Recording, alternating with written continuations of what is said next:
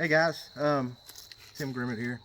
We had some audio issues the other night with the club, and so I kind of wanted to go over this. This is a wireless LiveScope pole. We've noticed over the last year or two using LiveScope that having a manual hand crank LiveScope pole, having one of the various options of a manual turn LiveScope pole just isn't working out. So different ways, different techniques we fish throughout the year really requires the need to have our LiveScope set up differently. So we tried to come up with a solution that would work for us throughout the year. And one of the solutions, or one of the scenarios, one of the issues is if we're crappie fishing, it's on, let's say we got about a 5-10 mile an hour wind trying to crappie fish, having the transducer mounted on the trolling motor itself doesn't work at all. With spot lock and you're trying to stay on that brush pile, constantly moving, doesn't work. So we mounted a transducer on the front boat on a hand-fixed, hand-steer pole. But we live bait fish a lot of times during different times of the year. And when we do that, we also like to have this back near the steering wheel so that we can turn it and look for bait as we're trolling around before we even put lines out. And so having it manually, or having it mounted up on the front of the boat with a manual hand crank, doing that doesn't work very well for us. So we're constantly moving it. Then when we're trolling, you know, we like to really see where our baits are by turning this around backwards on the back of the boat and seeing what depth those baits are, you know, compared to where the trees are and things like that. So a lot of different fishing techniques require a lot of different setup, and we're just trying to be versatile here. So this is a wireless LiveScope pole. This is just the version we come up with. A lot of them out there on YouTube, different things you can do. But this one is fully wireless that we're going to operate and show you here. So to start out, this is a Minn Kota power drive trolling motor. I did find this on Facebook Marketplace for 25 bucks. And a lot of the parts here are the parts that came off that motor when I ordered it. So essentially when I got that motor, I stripped that motor down, took the side pieces off, took the motor, there's two brackets that hold the motor up when it comes and locks in, took those off. Control board with all the electronics, took that off. Cover, all the plastic, everything, took that off. So we're left with the frame, a motor, a shaft, a depth collar, and a locking ring. That's pretty much about what you need from this troll motor. Again, you need the steering motor, which is 12 volts. You need the shaft, you need the depth collar, and this locking ring. That's what you need from a donor motor, or you can purchase new. And so some add-ons that I have did is the FDI, fish direction indicator, which you'll see that in operation in a moment. 0 degree mount that's attached to the shaft.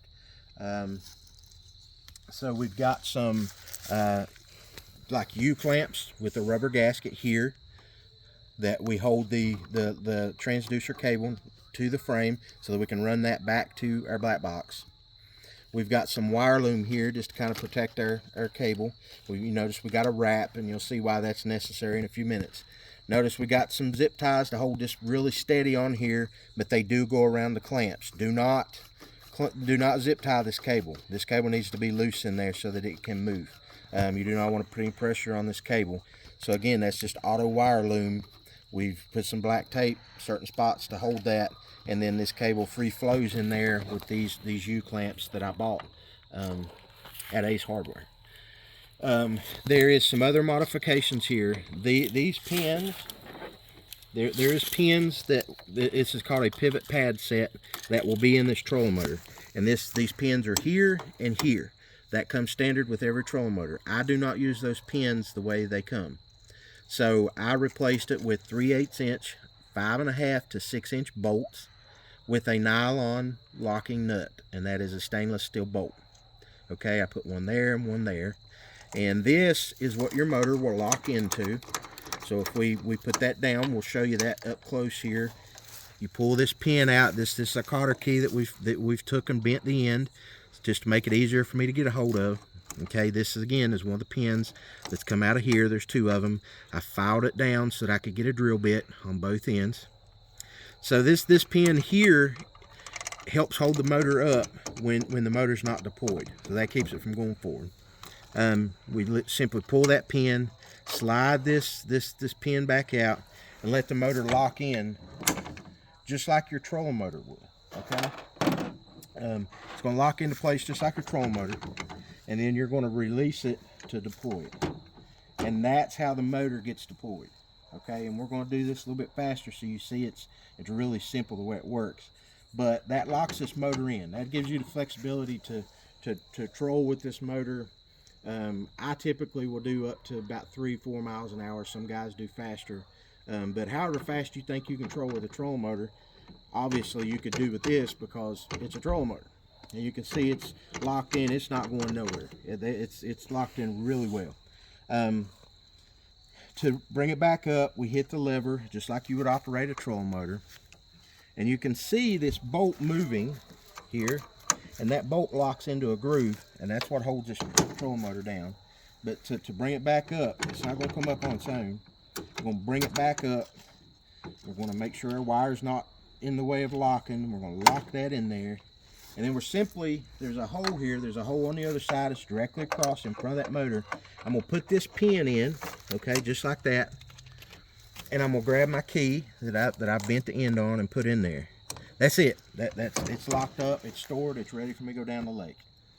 So again, there is some other holes back here, and typically what I do is I keep another pin, I keep a spare pin in there, just so in case I'm going down the lake and you know, I deploy my LiveScope somewhere and what have you, and I lose that pin up front. I kind of felt like I would use the extra pin at that point to come out of the motor as just a spare. And so that's all this is. It's a spare. It's a spare pin in there. And at this point, when I go to deploy this trolling motor, I simply pull this pin out. The motor goes forward, okay? And I'm dropping it down. And that's it. Motor's deployed, motor's ready. I put my pin in back here for storage. Again, those 2 pins are just, you know, one's useful, one's just extra. Now I'm ready, guys. I'm ready. Once I did that, I mean, I got full range, momentary, to search while I'm driving, while I'm fishing, doing whatever in the back of the boat, netting a fish that I just caught. I lost them on my screen. I'm searching, keeping them in eye shot view while I'm getting that fish in the net, and this thing will go around all the way. And that's where this loop comes in, right? So when this thing's going around, I got slack. I got plenty of slack. So I can go on around. As long as I keep this certain amount of slack here, I feel pretty comfortable all the way around with this thing. Okay? Keep going with it. I can go with it, go with it, go with it, go with it. And it just, you know, that's where that cool comes in. So it's this you gotta have your loop here, guys. And I feel like this wire loom helps it to go smooth. So again, it can be momentary. If I feel like I need to get to the back of my boat real quick, there it is. I'm there. So, and again, just like my troll motor. So bring it back up again. I'm just going to pull this Kota key, pull the pin out, hit my button, lift it up, slide it in there, put my pin in, and I'm ready to go down the lake. So that's it. Again, I get to my fishing spot. When I get there, pulling the pin, pulling the motor, dropping it down, I'm good to go. I'm back to fishing, guys. Back to looking around and back to fishing. So anyways, just wanted to put a video together. The old trolling motor, I do want to mention this. This is the box on Amazon. This thing right now is about 15-16 bucks. You got Prime, you get free shipping on it. I do have a couple of them. The remotes are programmed per box, so the remote on this one does not work with this one. There is directions in the back that'll tell you how to program these remotes, but these remotes are programmed to an individual box. These remotes are programmed to a box, so they do not interfere with each other. They do not work. These remotes will not work this motor, or the transceiver for this motor. So you can have multiple of these you know, close and they don't interfere. However, if I lose these remotes, I could take these and program them to that transceiver. So anyways, that is the box that really makes this happen. It's it goes 8, 12, 24, 36 volts up to a 10 amp load. I'm pretty sure is what it says on it. Yeah, max load 10 amp. So it works this steering motor no problem. We have no issues with that. So again, just a quick operation. Just hit that button, lift it up, pull it back, do that, put it in there, and I'm locked and ready to go start my boat and take off. Just that quick when I want to get my transducer up out of the water. So again, so just some quick notes. A couple clamps, wire loom, got this thing on there, 0 degree mount with your transducer. Again, I replaced these using the pins that were in here as pins to hold my motor up. This is a spare pin, not doing anything. So I had to drill this holes. I drilled this hole through. This was an existing hole, which I made bigger to 3/8, so this pin would fit in there. And I did put a bolt in here. This comes with a black screw like this. That black screw will work out. I put a bolt with a washer. The springs in there. I got a washer on this side and a locking nylon nut. So that is the wireless LiveScope DIY trolling motor pole. Again, these old power drive trolling motors are all over Facebook Marketplace for 150 bucks. You call somebody and offer them 75. Most of the time they'll take it. And so I do that. Order you up your module, and you got everything you need for this setup, minus the fish indicator, the fish direction indicator on top. So let's hit that just real quick. This is a 1-inch piece of PVC pipe. Let me back up. 1-inch C PVC pipe. It fits this 1 1/8 inch pole perfect. A regular PVC will not fit on this. C PVC, 1-inch elbow. Okay. What I did then, and I can't even get it out. This is how good it sticks in there. I can't even get it out to show you guys. Let's see if we can't. It ain't gonna come out, guys. Anyways, 1/2 inch regular PVC pipe, 1/2 inch coupler. On this coupler, there is some grooves, external grooves that go all the way around this coupler. Whittled those down a little bit until it's really snug, and you can tell it does not come out of there. Glue this into there, you got no problems. I got another one that's glued up, does not come out of there. This, you get it in there real good and snug, it does. You can see I can't get it out of there. It does not come out of there. So I still got to glue this one. I just made another one, but for another trolling motor. But anyways, CPVC 1-inch, 1/2 inch, and you might be able to see some grooves down in there, some external. A regular one without those grooves will not work. And then 1/2 inch regular PVC sleeve, 1/2 inch PVC pipe. That makes up your FDI, fish direction indicator. Okay, folks. So, all right, just wanted to put this together. I'll probably be throwing this up on YouTube. I think we're going to put it in the club notes up on the club website. Had a lot of interest in these. A lot of folks wanting to know how to build one of these. Very simple.